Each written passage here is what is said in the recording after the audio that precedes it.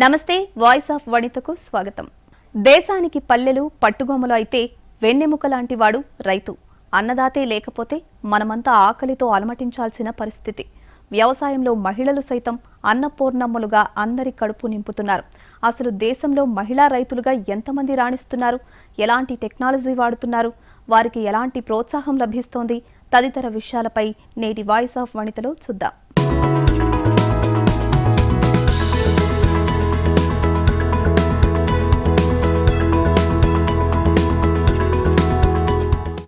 మన కంచంలో మెతుకు చేరాలంటే దాని వెనుక ఎంతో మంది శ్రమ దాగి ఉంటుంది. అందులో సగభాగం మహిళలదే అయినా వ్యవసాయ రంగంలో వారికి దక్కాల్సిన గౌరవం, గుర్తింపు నేటికి దక్కడం లేదనే వాదన వినిపిస్తోంది. ఎండనక వాననక పొలాల్లో పనిచేసే మహిళా రైతులు తరచుగా నిరాధరణకు గురవుతున్నారు.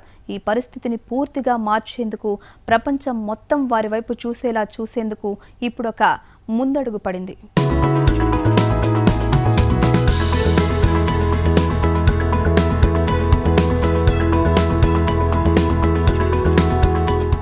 భారతదేశ వ్యవసాయ ప్రపంచంలో మహిళల భాగస్వామ్యం చాలా గొప్పది. వ్యవసాయ క్షేత్రంలో మహిళల సహకారం గణనీయంగా పెరుగుతోంది. ఐక్యరాజ్య సమితి జనరల్ అసెంబ్లీ 2026 సంవత్సరాన్ని అంతర్జాతీయ మహిళా రైతుల సంవత్సరంగా ప్రకటించింది. ఇది కేవలం మాటలకే పరిమితం కాకుండా చేతల్లో చూపించాలని నిర్ణయించుకుంది. IFAD, WFP వంటి ఇతర ఐక్యరాజ్య సమితి సంస్థలతో కలిసి వ్యవసాయంలో స్త్రీ పురుషుల మధ్య ఉన్న అంతరాన్ని తొలగించటమే దీని ప్రధాన ఉద్దేశం. గత 10 ఏళ్లుగా వ్యవసాయంలో మహిళల పురోగతి నిలిచిపోయింది. ఇప్పుడు పురోగతి దిశగా చర్యలు తీసుకోకపోతే భారీ మూల్యం చెల్లించుకోక తప్పదనే భావనలో మహిళల రైతులకు పెద్దపీట వేస్తోంది. అన్నం పెట్టే ఆడబిడ్డల కష్టాన్ని గుర్తించి వారిని అన్ని విధాలా ఆదుకునేందుకు ఫుడ్ అండ్ అగ్రికల్చర్ ఆర్గనైజేషన్ ఒక భారీ గ్లోబల్ ఇనిషియేటివ్ ను ప్రారంభించింది.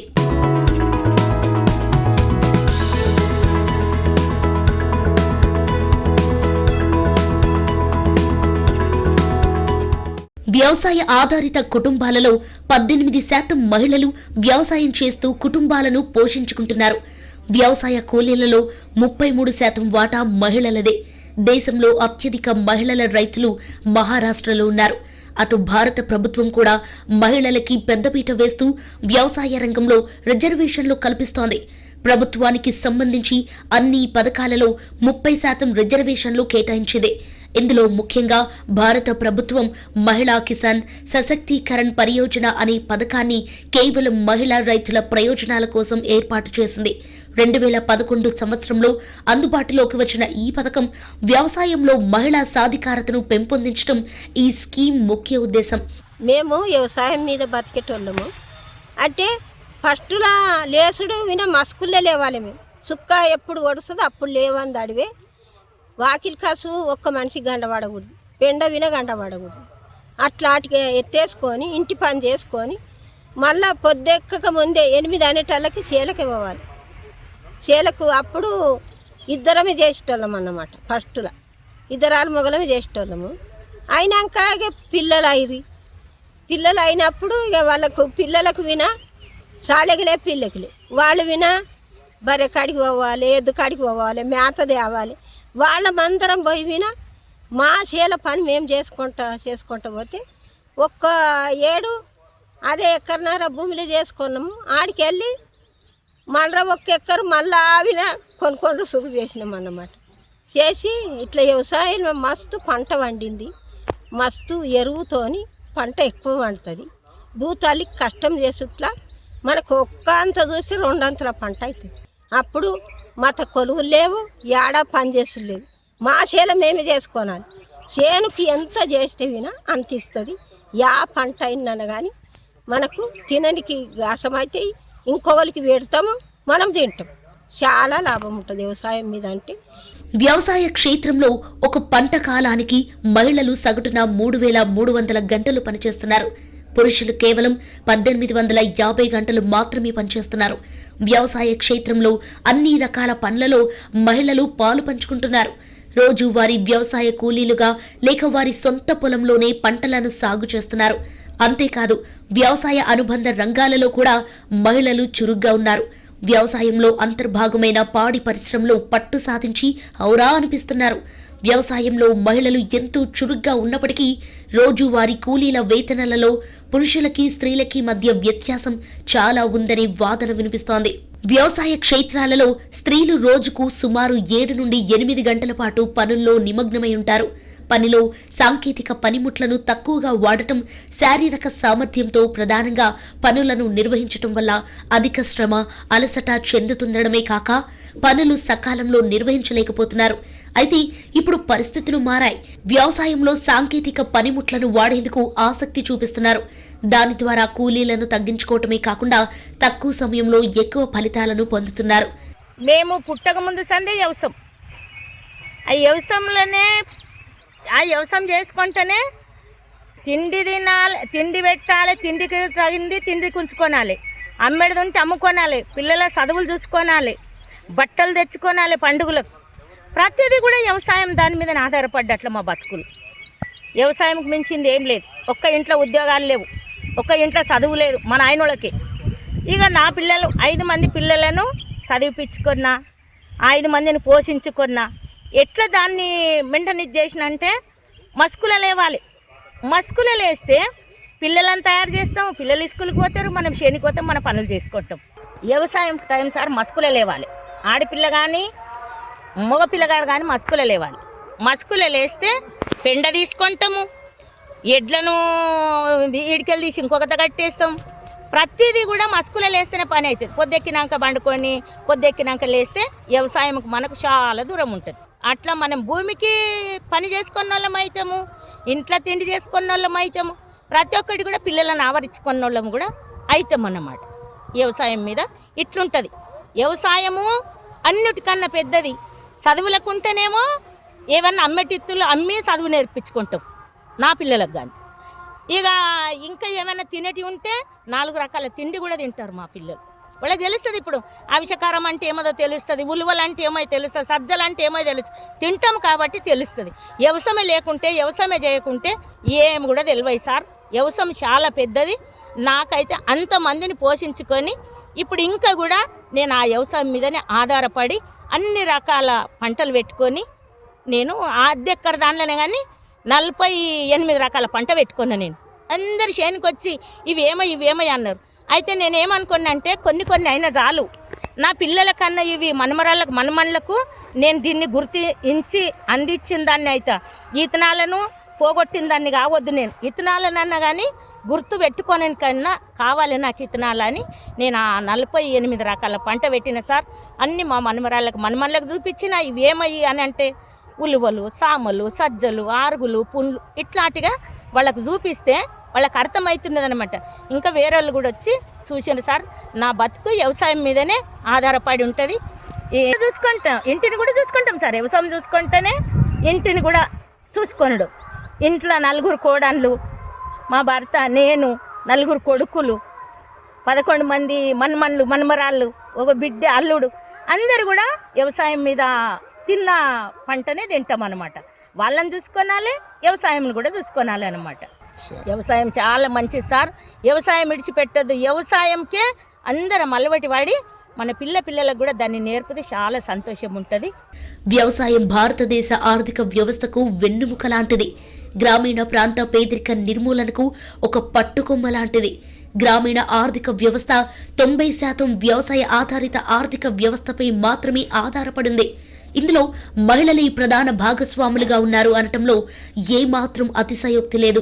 విత్తనాలు విత్తడం మొదలుకొని కలుపు తీయడం, కోత కోయటం వరకు వారే కీలకంగా వ్యవహరిస్తున్నారు. గ్రామీణ ఆర్థిక వ్యవస్థకు బలం చేకూర్చటంలో కీలక పాత్రధారులుగా ఉన్నారు. మహిళా మూర్తులతో ముడిపడి ఉన్న వ్యవసాయ రంగంలో వారి సహాయం లేకుండా వ్యవసాయ రంగంలో సాధికారత కథను సాధించలేం. కాబట్టి వారి యొక్క ఔన్నత్యాన్ని గుర్తించాల్సిన అవసరం ఉంది.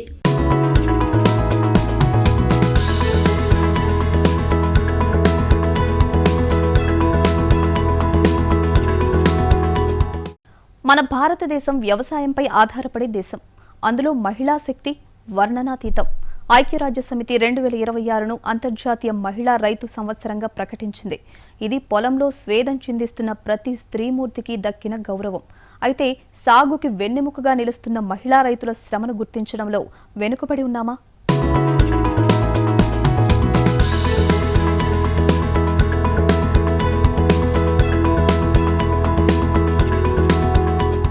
రైతు అనగానే అందరికీ టక్కున పురుషుడి రూపమే గుర్తొస్తుంది. కానీ క్షేత్రస్థాయిలో పరిశీలిస్తే వాస్తవాలు భిన్నంగా ఉంటాయి. విత్తనం నాటడం నుంచి పంటను ఇంటికి చేర్చే వరకు ప్రతి అడుగులోనూ మహిళల శ్రమ దాగి ఉందనేది జగమెరుగని సత్యం. భారతదేశంలో దాదాపు 80% మంది గ్రామీణ మహిళలు వ్యవసాయ రంగంలోనే పనిచేస్తున్నారని పలు సర్వేల్లో తేలింది. ముఖ్యంగా పురుషులు ఉపాధి కోసం నగరాల బాట పడుతుంటే గ్రామీణ భారతంలో వ్యవసాయ బాధ్యతను భుజానికెత్తుకుంటూ తమకు తిరుగులేనిదని నిరూపిస్తున్నారు. ఒకప్పుడు భర్తలకు చేదోడు వాదోడుగా కూలీలుగా మాత్రమే ఎక్కువగా స్త్రీలు పొలాల్లో కనిపించేవారు. కానీ ఇప్పుడు పరిస్థితులు మారాయి. ప్రస్తుతం అనేక రాష్ట్రాల్లో భూమి హక్కులు మహిళల పేరు మీద మారుతూ ఉండటం విశేషం. దీనివల్ల బ్యాంకు రుణాలు, సబ్సిడీలు నేరుగా వారి ఖాతాల్లోనే పడుతున్నాయి. అంతేకాదు, ఏ సీజన్లో ఏ పంట వేయాలి, ఏ రకమైన ఎరువులు వాడాలి, ఎక్కడ విక్రయించాలి అనే విషయాల్లో సైతం మహిళలే కీలక పాత్ర పోషిస్తున్నారు. అయితే ఇంతటితో సంతృప్తి చెందాల్సిన పని లేదనే వాదన వినిపిస్తోంది. మహిళా రైతులు సంప్రదాయ పద్ధతులకే పరిమితం కాకుండా ఆధునిక వ్యవసాయం వైపు వడివడిగా అడుగులు వేస్తున్నారు. సేంద్రియ పద్ధతుల్లో సాగు చేయటంలోనూ వనితలదే అగ్రస్థానం. వంటింటి చిట్కాలను పెరటి తోటలకు, అక్కడి నుంచి పొలాలకు విస్తరించి విషరహిత ఆహారాన్ని పండిస్తున్నారు. డ్రోన్ల ద్వారా మందులు చల్లటం, స్మార్ట్ ఫోన్ల ద్వారా మార్కెట్ ధరలు తెలుసుకోవటం లాంటి వాటిని స్త్రీలు వేగంగా నేర్చుకుంటున్నారు. కేవలం పంటను అమ్మటమే కాకుండా వాటిని పచ్చళ్లు, పొడులు, ప్యాకేజ్డ్ ఆహారంగా మార్చి అగ్రిప్రెన్యూర్స్ గా ఎదుగుతున్నారు. ఇంతకు ముందుకు మహిళలు వచ్చేసి ఓన్లీ ఇంట్లో వంట చేయాలి అని చెప్పేసి చెప్తుండేవాళ్ళు. ఇప్పుడు ఒకవేళ పొలానికి వెళ్తే పొద్దు నుంచి సాయంత్రం వరకు పని చేయాలి అని మాత్రమే చెప్తుండేవాళ్ళు. కాకపోతే ఇప్పుడు మహిళలకి అన్ని విషయాల గురించి అవగాహన ఉంది.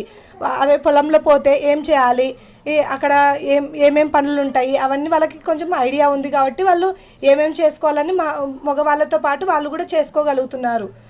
ఇంతకుముందు లాగా లేదనమాట. కూలీల విషయంలో సరే, కూలీలు ఒకవేళ పొద్దున్న నుంచి సాయంత్రం వరకు చేసినా సరే కనీస వేతనం ఉండలేదు. కానీ ఇప్పుడు వాళ్ళు కూడా అడగగలుగుతున్నారు. అలాగే పొలానికి వెళ్ళినప్పుడు వాళ్ళు తాగడానికి మంచినీళ్ళు కానీ, వాళ్ళకి కావాల్సిన సదుపాయాలు కానీ అవన్నీ అడగగలుగుతున్నారు, రైతులకు అడగగలుగుతున్నారు. మహిళలు అన్ని దానిలో ముందడుగే వేస్తున్నారు. వ్యవసాయంలో కూడా అన్ని పనులు చేసుకోగలుగుతున్నారు. రసాయనాలే కాకుండా ఇట్లా కషాయాలు వాడాలని కూడా వాళ్ళకి మనము చెప్పడం వల్ల బాగుంటుంది. నేను ఉండేది హౌస్ వైఫ్ని. ఇంతకు ముందుకు హౌస్ వైఫ్గా వర్క్ చేసేదాన్ని. కాకపోతే ఇప్పుడు హౌస్ వైఫ్గా ఎందుకు ఉండాలని చెప్పేసి నేను డిగ్రీ చదువుకొని ఖాళీగా ఎందుకు ఉండాలని చెప్పి మారి సంస్థ వాళ్ళు నాకు బీఆర్సీ అనేది పెట్టించినారు. దాంట్లో మేము 5 మందిని కలిసి వర్క్ చేసుకుంటున్నాము. దాంట్లో మేము ఏమేమి కషాయాలు తయారు చేస్తున్నాము. దాంట్లో ద్రవజీవామృతము, అగ్రాశ్రం, బ్రహ్మాశ్రం, పంచగవ్య, గ్యామినో యాసిడ్, ఫిష్ అమినో యాసిడ్, బ్రహ్మాశ్రం, అగ్రాశ్రం అట్లాంటివి కషాయాలు మేము తయారు చేస్తున్నాము. అట్లా ఘనజీవామృతం కూడా అంటే అవి కూడా తయారు చేస్తున్నాం అన్నమాట. ఇంకా జిగురట్టలు అట్లాంటివి, లింగాకర్ష బుట్టలు అట్లాంటివి కూడా తయారు చేస్తున్నాము. వర్మి కంపోస్ట్ కూడా తయారు చేస్తున్నాము. మహిళలు కూడా అన్ని రంగాలలో ముందుండాలనే మేము కోరుకుంటున్నాము.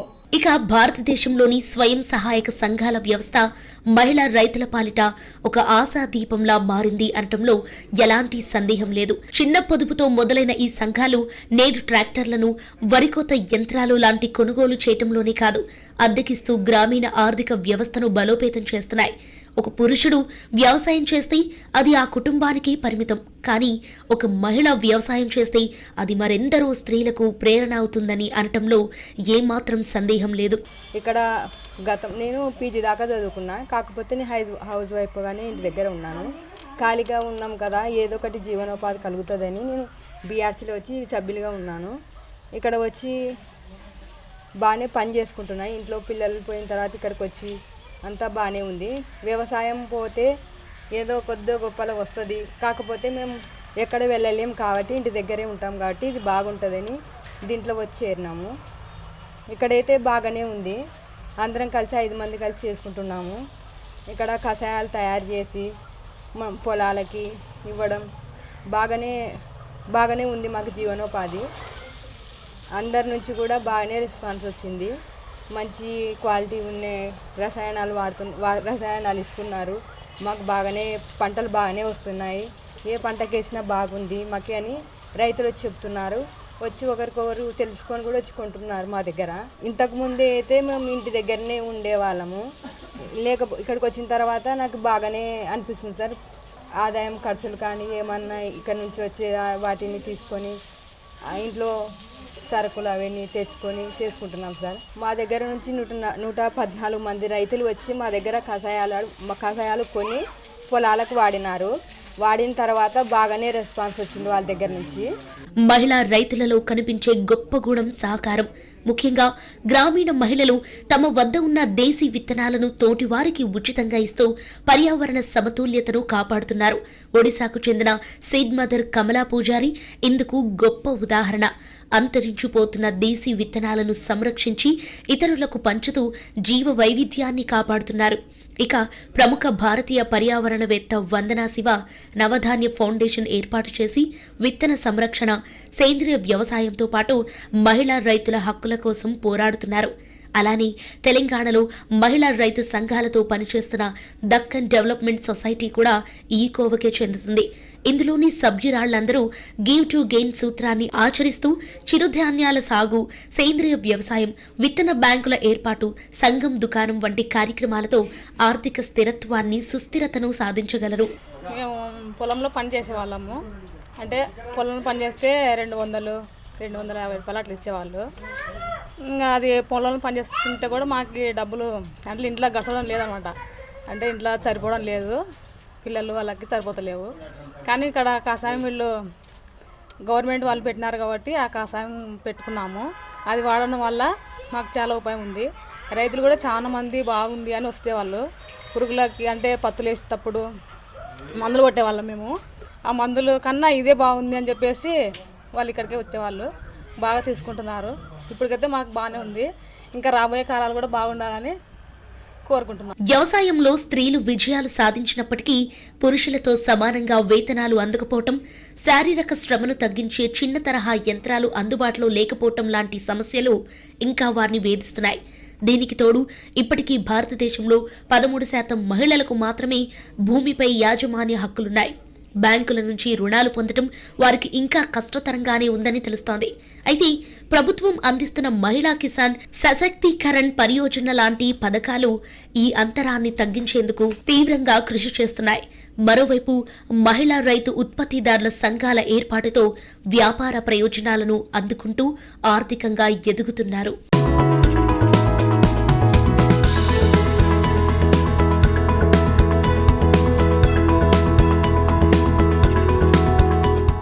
ఒక మహిళా రైతును ప్రోత్సహిస్తే అసలేం జరుగుతుంది?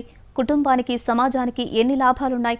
ఐక్యరాజ్య సమితికి చెందిన ఆహార వ్యవసాయ సంస్థ అయిన UNFAO మహిళా రైతుల సాధికారతపై ఎలాంటి అభిప్రాయం వ్యక్తం చేసిందో చూద్దాం.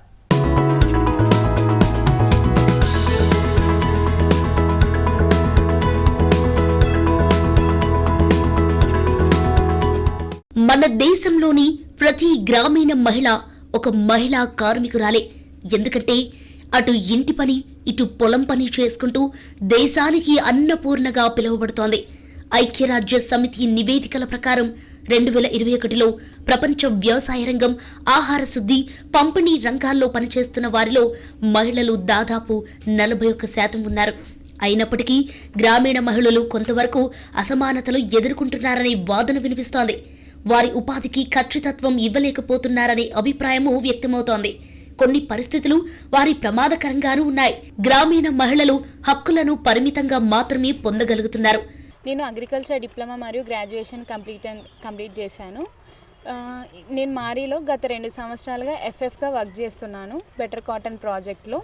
ఫస్ట్గా మాకు ఇక్కడ మహిళా రైతులతో మాకు వర్క్ చేసేటప్పుడు చాలా ఇబ్బందిగా ఉండే. ఎందుకంటే ముందుగా వాళ్ళు మీటింగ్స్కి రావడానికి చాలా ఇబ్బంది ఉండే. ఎందుకంటే వాళ్ళ ఇంట్లో పిల్లలకి వంట చేసుకోవడం, వాళ్ళ ఇంట్లో పనులు చేయడం, హౌస్ హోల్డ్ కోర్స్ ఉండడం వల్ల వాళ్ళు మీటింగ్స్కి వాటికి చాలా ఆసక్తి అనేది చూపించేవాళ్ళు కాదు.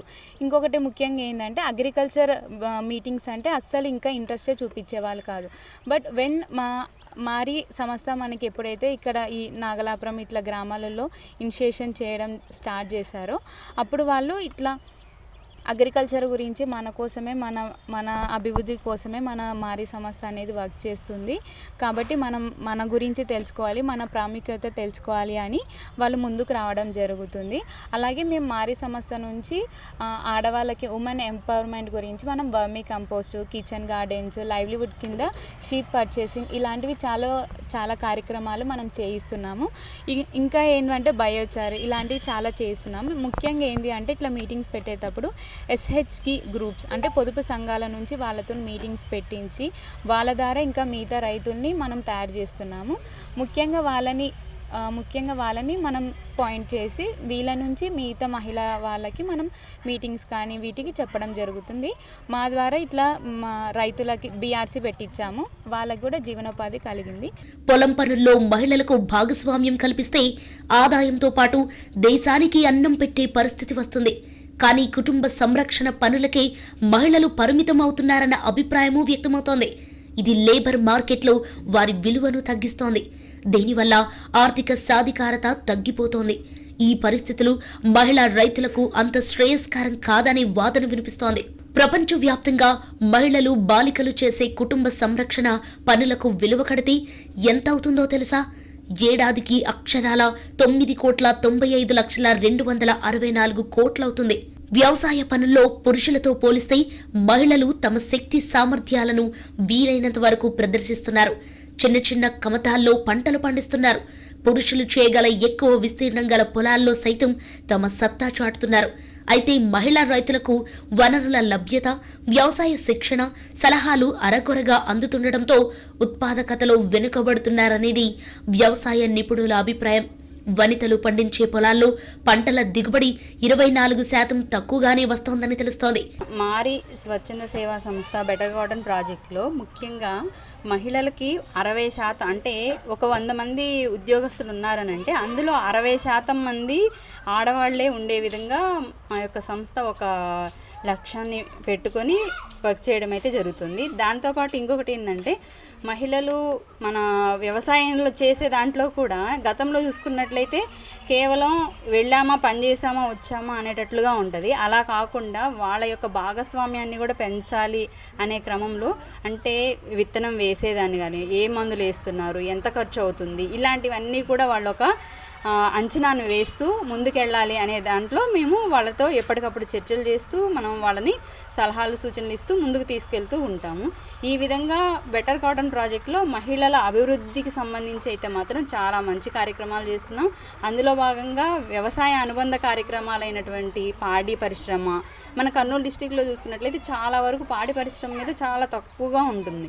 అందులో భాగంగానే మేము ఇప్పుడు అంటే పాడి పరిశ్రమకు సంబంధించి మామూలుగా గడ్డి విత్తనాలని ఇవ్వడం కానీ ఆ గడ్డి విత్తనాల ద్వారా ఏంటంటే తక్కువ సమయంలోనే ఎక్కువ తొందరగా గడ్డి కోసుకొచ్చుకొని వాళ్ళు పాడి అనేది మన పనితో పాటుగా ఒక భాగంగా చేసుకోవడానికి ఉంటుందని చెప్పేసి ఈ విధంగా వాళ్ళని ఎంకరేజ్ చేస్తూ యానిమల్ హెల్త్ క్యాంప్స్ పెట్టడము, అదేవిధంగా గొర్రెల పెంపకం అనేది, కోళ్ల పెంపకము, అదేవిధంగా టైలరింగ్ ఇటువంటి విషయాల్లో కూడా మేము ముందుకు తీసుకువెళ్తూ మహిళల్ని ఆర్థికంగా బలోపేతంగా తయారవ్వాలనే ఉద్దేశంతో మేము పనిచేయడం జరుగుతుంది. ఇక ఆహార భద్రత విషయానికొస్తే పురుషుల్లో కంటే మహిళల్లోనే ఎక్కువ. ప్రపంచంలో ఏ ప్రాంతంలో చూసినా పరిస్థితి అలాగే ఉంది. ఉపాధి, విద్య, ఆదాయంలో లింగపరమైన వివక్షలను తొలగించడం ద్వారా ఈ అంతరం తొలగించవచ్చని నిపుణులు చెబుతున్నారు. దాదాపు 52% ఫలితాలు ఆశించవచ్చంటున్నారు. మన దేశంలో మహిళా రైతులు వ్యవసాయ సీజన్లో 92% గ్రామీణ మహిళలు ఆదాయం వచ్చి వ్యవసాయ పనులు చేస్తున్నారు. పనులు అంతగా ఉండని సీజన్లో కూడా 64% మంది ఏదో ఒక పని చేస్తున్నారు. ఏడాది పొడవునా గ్రామీణ మహిళలు చాలా మంది పనిలో నిమగ్నమవుతున్నారని ఫౌండేషన్ ఫర్ అగ్రేరియన్ స్టడీస్ సర్వేలో తెలిసింది. ఇక పాడి పనుల్లో సైతం 70% మంది వనితలు ఇందులో నిమగ్నమవుతున్నారు. అయినప్పటికీ ఈ రంగంలో ఉన్న మగువలను చిన్నచూపు చూస్తున్నారనే వాదన వినిపిస్తోంది. కానీ పాడి రంగంలో రాణించే వనితలు ఆర్థికంగా బాగా అభివృద్ధి చెందారు. కేంద్ర గ్రామీణాభివృద్ధి మంత్రిత్వ శాఖ ప్రకారం 2022-2023లో ఉపాధి హామీ పనులు చేసే శ్రామికుల్లో 57.43% మహిళలున్నారు. ముందు గతంలో నాకు ఒక 7 సంవత్సరాల ప్రకృతి వ్యవసాయ అనుభవం ఉంది. దాంట్లో భాగంగానే మారిలో కూడా ఎక్కడైతే రసాయనాలు ఎక్కువగా వాడి అనవసరమైన ఖర్చులు రైతులు పెట్టుకోవడం, ఇవన్నీ ఏదైతే వాతావరణ మార్పులకు కారణమవుతున్నాయో వాటన్నిటి గురించి మారి సంస్థ గుర్తించి దానికి ప్రత్యామ్నాయంగా ఈ కషాయాలు, ద్రావణాలు అనే వాటిని పరిచయం చేయడం జరిగింది. అందులో భాగంగా రైతులకు మేము చెప్తున్నప్పుడు రైతులు చాలామంది అడిగారు, దానికి ప్రత్యామ్నాయం ఏమంటే చెప్పండి, మరి మాకు షాపుల్లో ఏ విధంగా అయితే రసాయనాల షాపులు ఎలా అయితే ఉన్నాయో వాటిలాగా మాకు షాప్స్ ఉంటే మేము ఇంకా ముందుకు వెళ్తామనేది అడిగారు. మా సంస్థ ముఖ్య ఉద్దేశం ఏంటంటే మహిళలకు ప్రోత్సాహం ఇవ్వాలి, మహిళల సాధికారత సాధించాలనే ఉద్దేశంతోనే ముఖ్యంగా మా సంస్థలో సిబ్బంది కూడా దాదాపుగా 60-70% మంది మహిళలే ఉన్నారు. మా సంస్థ ముఖ్యంగా మహిళల కోసం పనిచేస్తుంది. మహిళా రైతులు ఉన్నారు, మాతో పాటు మహిళా కూలీలు ఉన్నారు. వీరందరికీ ఏదైతే వ్యవసాయపరంగా కావచ్చు, లేదంటే ఇలాంటి కాషాయాలు, జీవనోపాధుల మీద ఏమైనా సలహాలు సూచనలు కావాలన్నా కూడా మా సంస్థ అందిస్తుందండి. సంస్థ ఏదైతే ఖర్చు పెడుతుందో రైతుల మీద, మహిళల మీద, మహిళల యొక్క జీవనోపాధుల మీద, ఇవన్నీ వాళ్ళు అందిపుచ్చుకొని వారి జీవనోపాధిని లేదా జీవన ప్రమాణాలను మెరుగుపరచుకోవాలనే ఉద్దేశంతో మా సంస్థ పనిచేస్తుందండి. ఆసియాలో ముఖ్యంగా భారతదేశంలో వ్యవసాయంలో మహిళలు ఒక బలమైన చోదక శక్తిగా ఉన్నారు. గ్రామీణ భారతదేశంలో జీవనోపాధి కోసం వ్యవసాయంపై ఆధారపడిన మహిళల శాతం 84% వరకు ఉంది. వ్యవసాయదారులలో మహిళలు 33%, వ్యవసాయ కార్మికులలో 47% ఉన్నారు. దేశంలో పశువులు, మత్స్య సంపద మరియు వివిధ ఇతర ఆహార ఉత్పత్తి అనుబంధ రంగాలలో ఉన్న వారిని మినహాయిస్తే 2009లో పంటల సాగులో 94% మహిళా వ్యవసాయ శ్రామిక శక్తి తృణధాన్యాల ఉత్పత్తిలో ఉంది. భారతదేశంలో మహిళలు శ్రామిక శక్తిలో ఆధిపత్యం చెలాయించినప్పటికీ జీతం, భూమి హక్కులు, స్థానిక రైతు సంస్థలలో ప్రాతినిధ్యం పరంగా ఇప్పటికీ తీవ్ర ప్రతికూలతను ఎదుర్కొంటున్నారు.